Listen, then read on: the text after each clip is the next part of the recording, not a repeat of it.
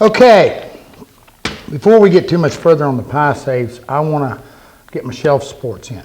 Now, I told you, we do them a little differently. You know, you could go in here and you could put some of the metal standards, you know, it's got the little metal clips, or you could drill holes and put the shelf supports in and whatever. I'm going to do it a little bit more old-fashioned, if you will. And I use this all the time, and I think I told you, I've got them out here that's got great big TVs and stuff like that in it. These shelf supports, you know, they flat hold. Now here's what we got. This is just some old cherry, and I've got an oak one, and I think I've got a maple one. And what we do, these are resawn and planed to 1/4 of an inch. We're going to make a plywood, is exactly what we're going to do. And what I've got is I've got 2 pieces with the grain running vertical. Then I've got these pieces cut that's going to go in here cross grain. Again, we're making plywood. Works quite well. Now each one of the standards, or each one of the shelf supports needs to be about 1 1/4 inches wide. So let's see, 1 1/4 inches is 2.5, 2.5 is 5. So I need 5 inches of clear clean. In this case, I'm about 6 inches. Because I could make the glue up on this real complicated, but I don't want to. I want to get it done. So I've got my little pin nailer, and I got a 1/2 inch little pin nail in it. And what we're going to do is we're going to lay down glue, put these on, and I'm going to pin nail them right out here on the edge, just one edge, just enough to hold it in place. Then when I cut it, I know that I can come here and cut this little edge off and not hit a nail and just remove it. That'll keep, you know, this is just a glue up technique, a way of doing it. But we got to get some glue down. Just use a good glue, good wood glue, is all you need. And again, when you're laying this on, you want it to be about like a nice heavy wet coat of latex paint, kind of way to judge it. So that way I don't have to do 2 sides. That's enough to handle it all.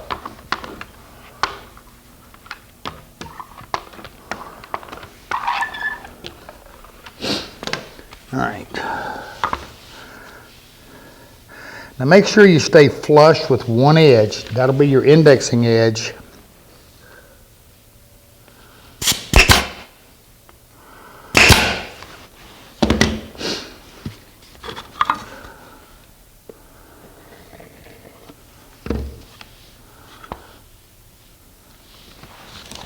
I'm just going to pull them tight.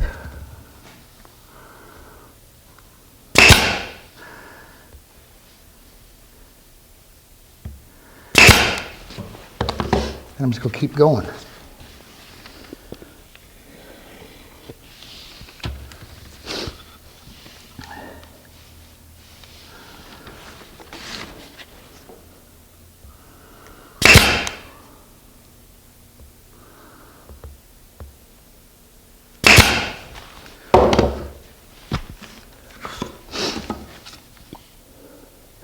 What this does, because we've got, now somebody's going to ask, well, can I just do 2? No, you can't. You've got to do 3 layers.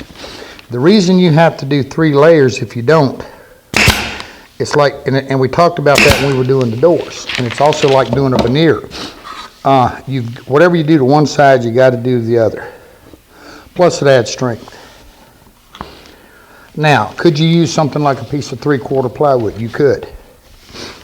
It's already got the cross lamination in it. But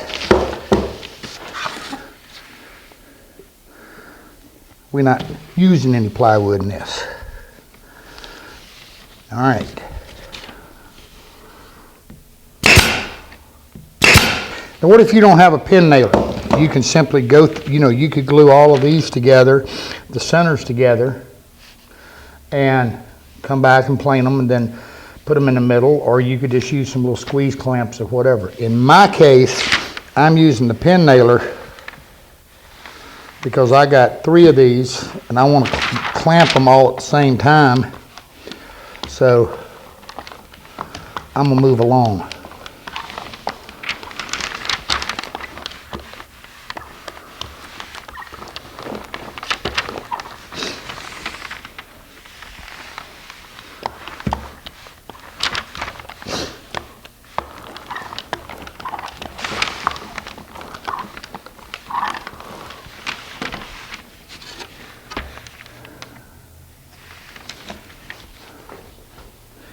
Now I'm just going to stick this just so it doesn't move around when I clamp it. All right, that's one down. Now I'm not going to bore you to tears watching me do the other, but I am going to tell you something else. When I glue this, I'm going to put some wax paper in there.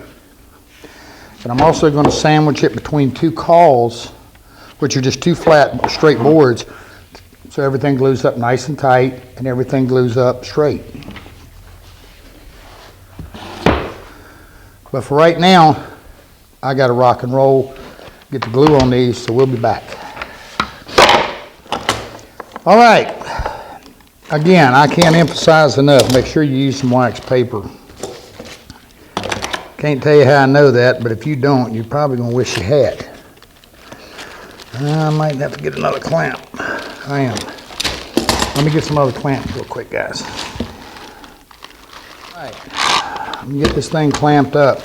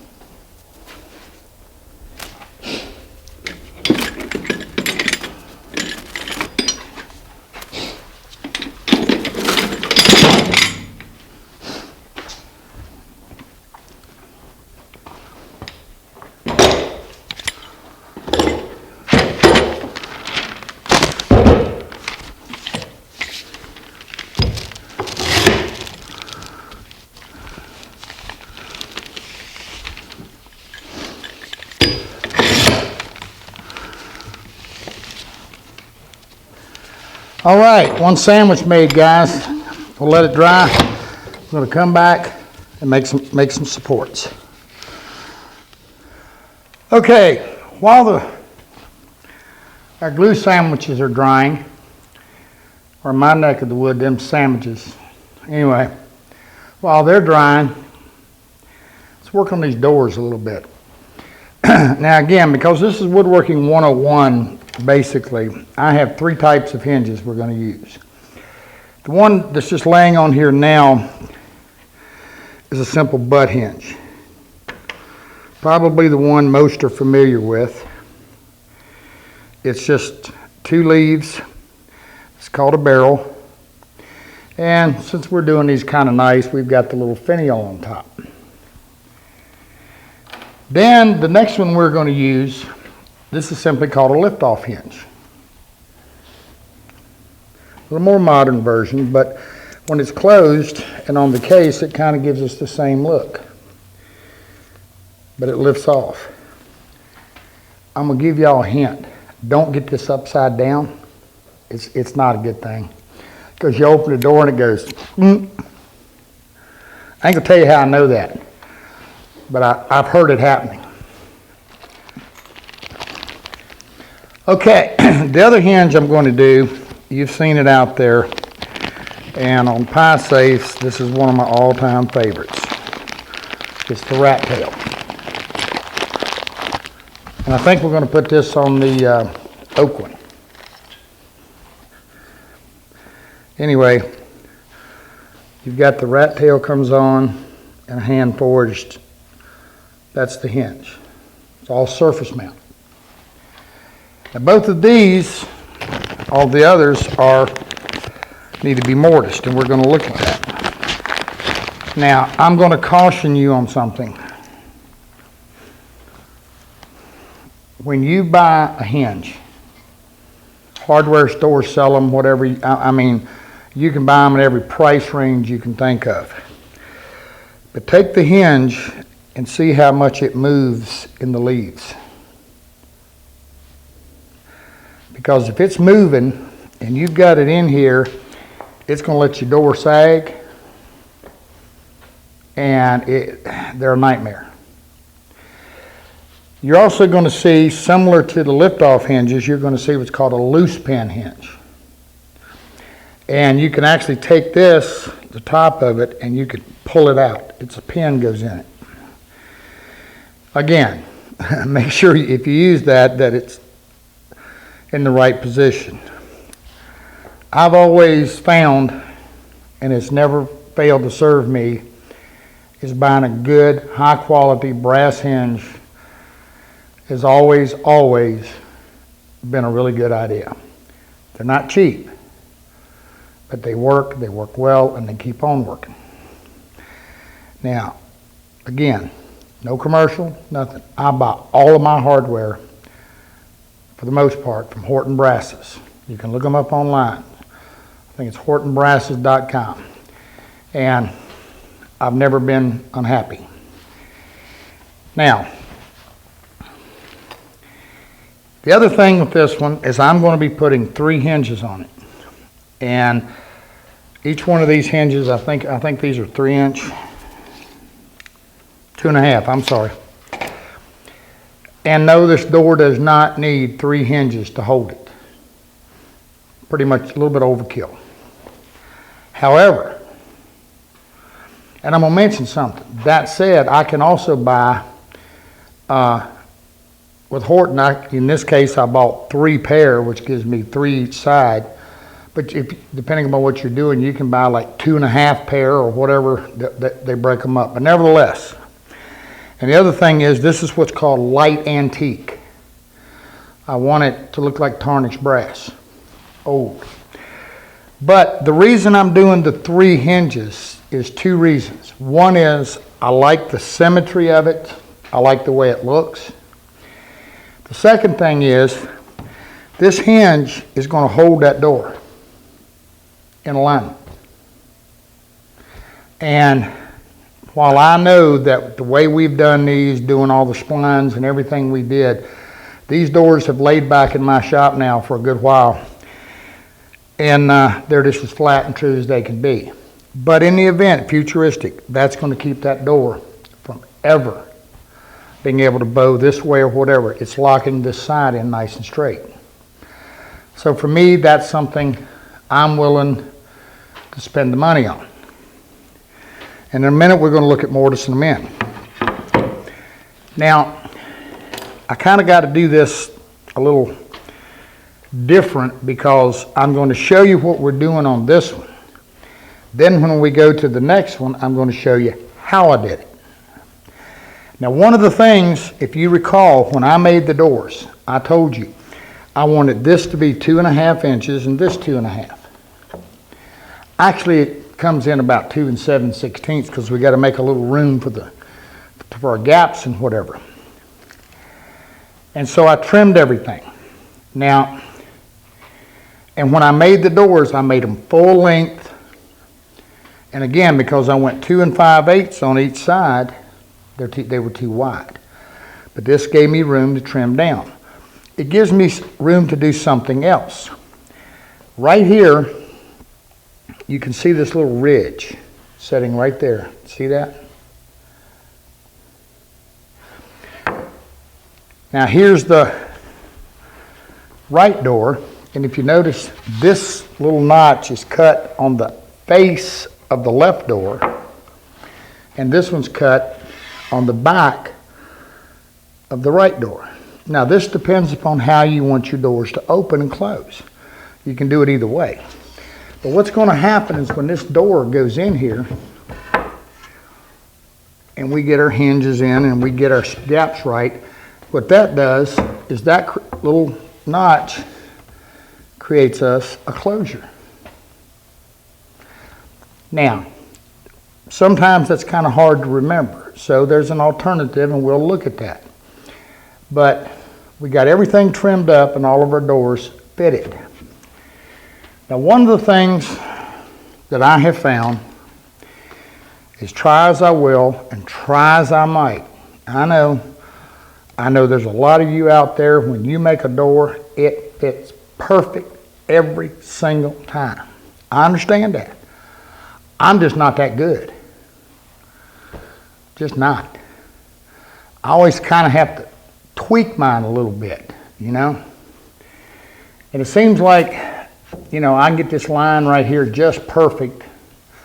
And I look down here and, well, I'm a little tight here and a little, you know, wide here. And if you try to get on there too much with a saw and whatever, usually what you'll find out is that next thing you know, you got a door that's about that much too short and still don't fit. The best way to deal with it, if you have, and we're going to create one so we can fix it. But the way to deal with it is, again, when you've got that extra wide side, hand planing the top of this to fit works fine. But you can also, because you got a little extra width here, you could hand plane this side to make the door move, get everything lined up.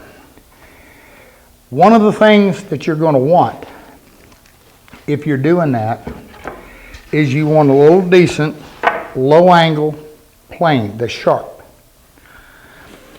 Especially if you're going cross grain like across the top. How can you tell it's sharp? Well, number one, it cuts. That's kind of obvious.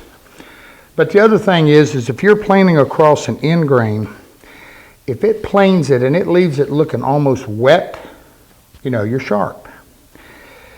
Now, there's a lot of planes and everything, but you want a nice low angle. This is just me personally. A low angle gives you that nice little low shear. You can also find them in what's called a skew. And a skew means that the blade is setting on an angle. And that on curly or really adverse tough woods, that's kind of hard, you know, that really helps. You know, and so when you come across here, you know, it's going to cut you paper thin shavings. If you have a straight blade in a nice little low angle, you can also do the same thing just by skewing the plane. And you can just peel them. If you're doing an end grain on the bottom of a door, and that's the reason I'm telling you it's often easier to shape the side. Because when you come across here, especially if you're cutting very hard, you got to be careful. You can chip it right here. Right on that edge. So usually you're kind of better off to work from one direction and then come back on the other a little bit. But again, we'll look at that when we get to fitting another door. What I want to do now is I want to set up and show you how to mortise a hinge. Now the location of a hinge, you know, there's all kind of theories and this and that. And now one other thing before I forget. See here, I cut me a little shim. And this is just my spacer. So when I get to putting everything together, got one bottom, one top, gives me even spacing. These are right at a 1/16 of an inch.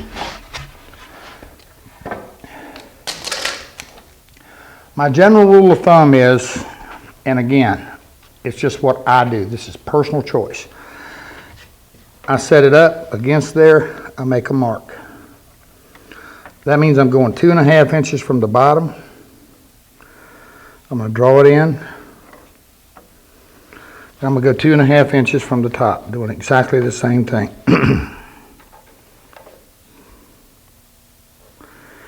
Now, because we've got to do a mortise on this, and then we're going to put one dead center of that. The other thing I want to do is I want to cut that. Because we want that hinge fitting nice. So again, taking a sharp knife, I'm going to cut around where I'm going to be mortising. Now you notice I've got the hinge set at 90 degrees just over the edge.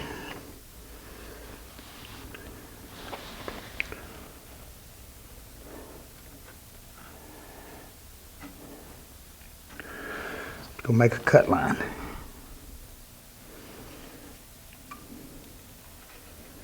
That's going to do two things. It's going to give me somewhere to use my chisel to clean up the corners after we route it. The second thing it's going to do is going to keep the router from chipping it out.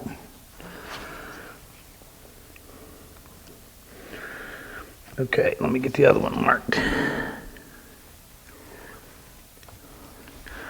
All right, I'm going to mark the other one and we'll come back, route them out. One of the other things I'm going to do, I'm just going to take my chisel, outline it just a little harder, just to make sure.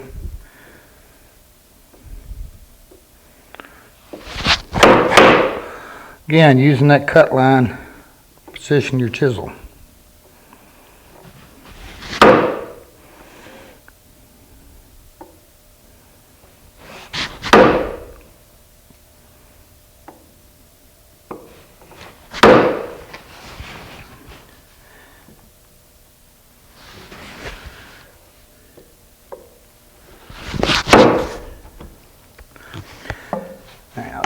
Now, one of the things we're going to do, we're going to route this out.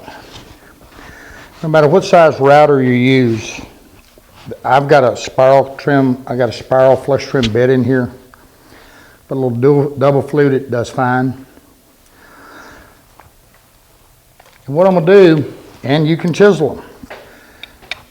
But when you set your depth, what you want to do, when you look at a hinge, you notice it's kind of on a wedge when it's closed.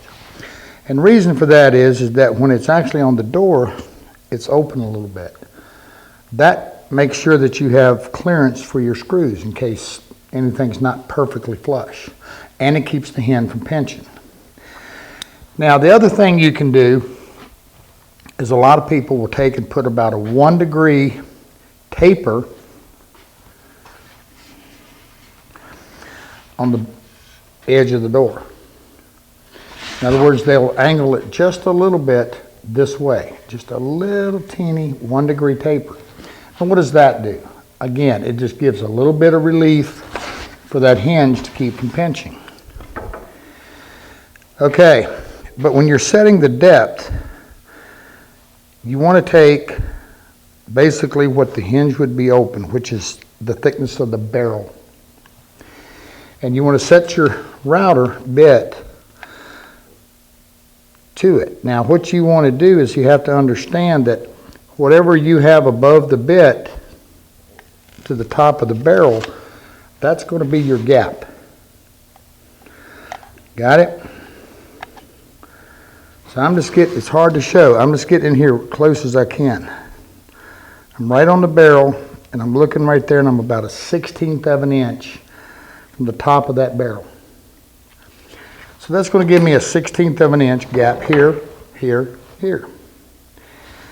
Okay, the other thing you're going to want, you either want an open base on a router or a clear base. When you're in here routing this, you definitely want to be able to get in there and see what you're doing.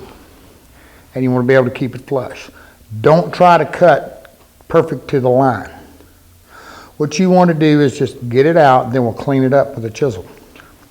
Take a look.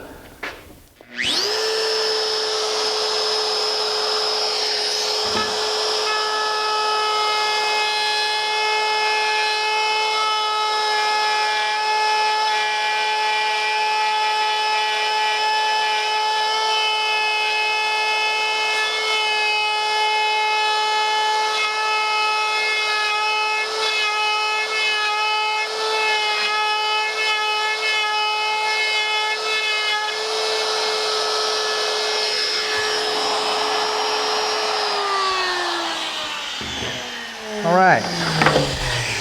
Then we just simply come back to that chisel line, chisel it out nice and clean.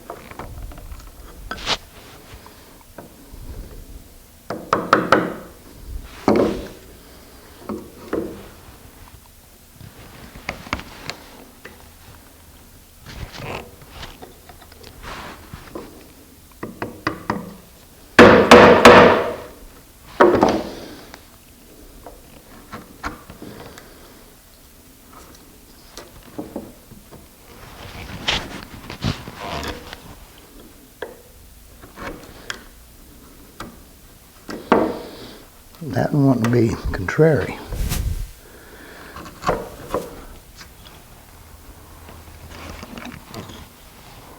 There we go.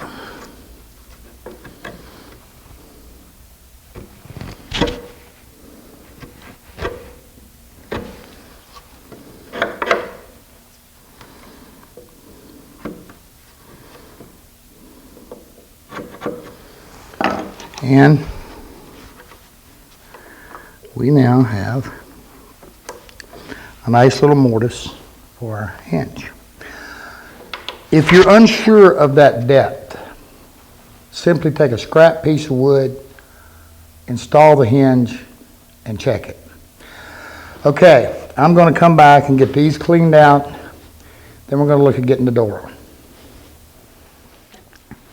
Got my mortises chopped out and I got my hinges laid in place. Now this is one of those snappy little self-centered drill bits, and in these particular hinges I'm using a number 4 screw, so this is a 5/64. It's a these are just great, and if you're doing hinges, they're really nice. As long as you keep them in the drill, wouldn't hurt to tighten it up.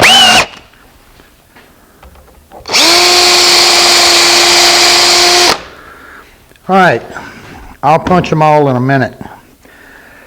Here's a really good idea when you're dealing with brass hinges and brass screws. Go to the hardware store and just get you some steel, Phillips head or whatever. Now the screws I'm going to be using in these are a slotted screw, and they're brass. If you've ever tried that, they like to twist. I will say this, Horton screws are much, much more durable than most. But to use a steel screw to start with, the other thing is I'm going to use steel screws all the way through. Then when I do my final assembly, I'll put my brass screws in, and that way I don't damage them and they look nice. Another thing you want is a really good, this is just some beeswax. You want to use a lubricant, especially on smaller screws.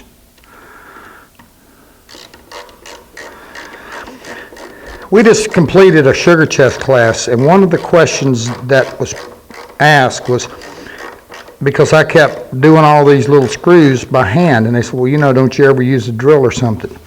Not on these small ones. It's just too easy to break them. So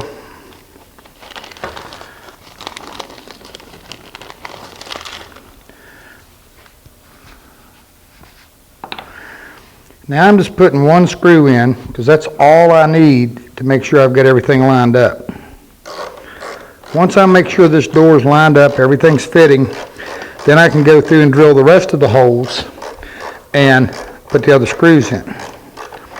But in the event that I have a mistake or anything, just having that one screw in there makes it pretty easy to relocate or whatever. And let's assume you need to fill a screw hole or whatever. I told you again, I'll use a toothpick. I'll tell you something else really works good is like the little bamboo skewers and whatever you see. Okay. I'm going to set my door in, get my spacers in place.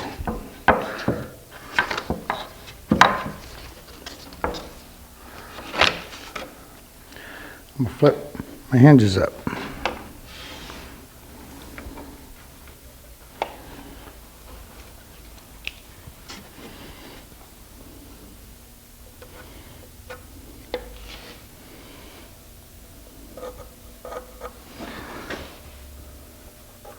This is going to give us our locator.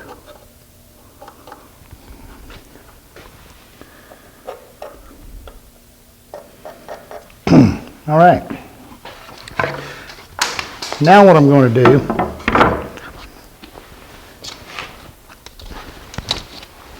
and again, this is one of those things to where normally, and if you're not using a hinge you're sure of, you're going to want to take each individual hinge off and position it.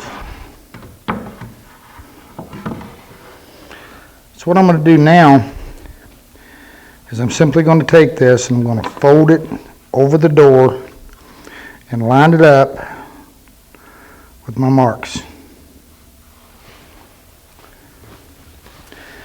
And I'm going to punch one hole. Again, I'm going to emphasize, if you're not sure how well your hinges are machined, take each hinge off and use exactly whatever leaf you're using. Make sure you use it to line up to do this, to drill.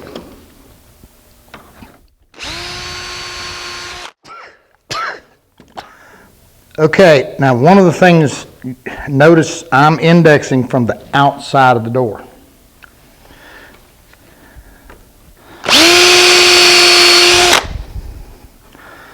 All right.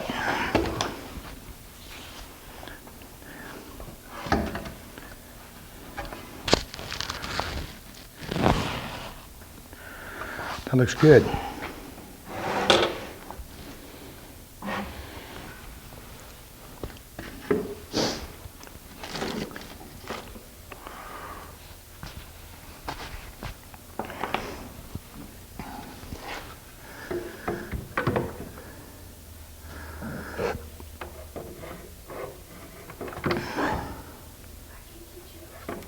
Huh?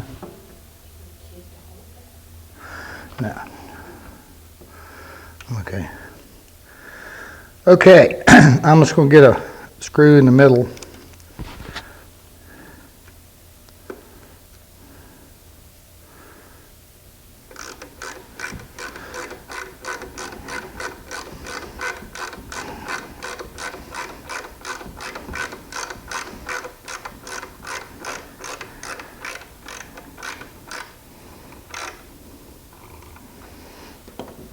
One in each end.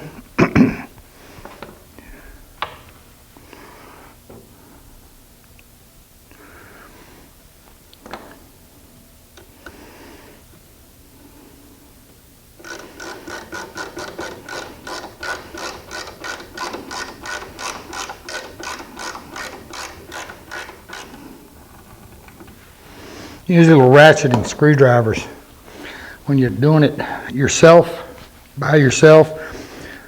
They're really nice because it, as you can see, it allows me to hold the door and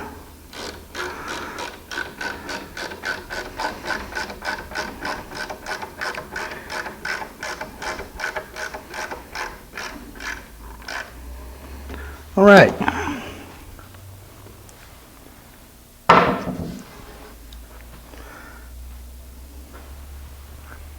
We look good. So now I'm going to flip the pie safe over and do the exact same thing to the other side. And in our next little show, we're going to look at we're going to get our shelf supports done and look at the other hinges and how to fit up the door. See you next time.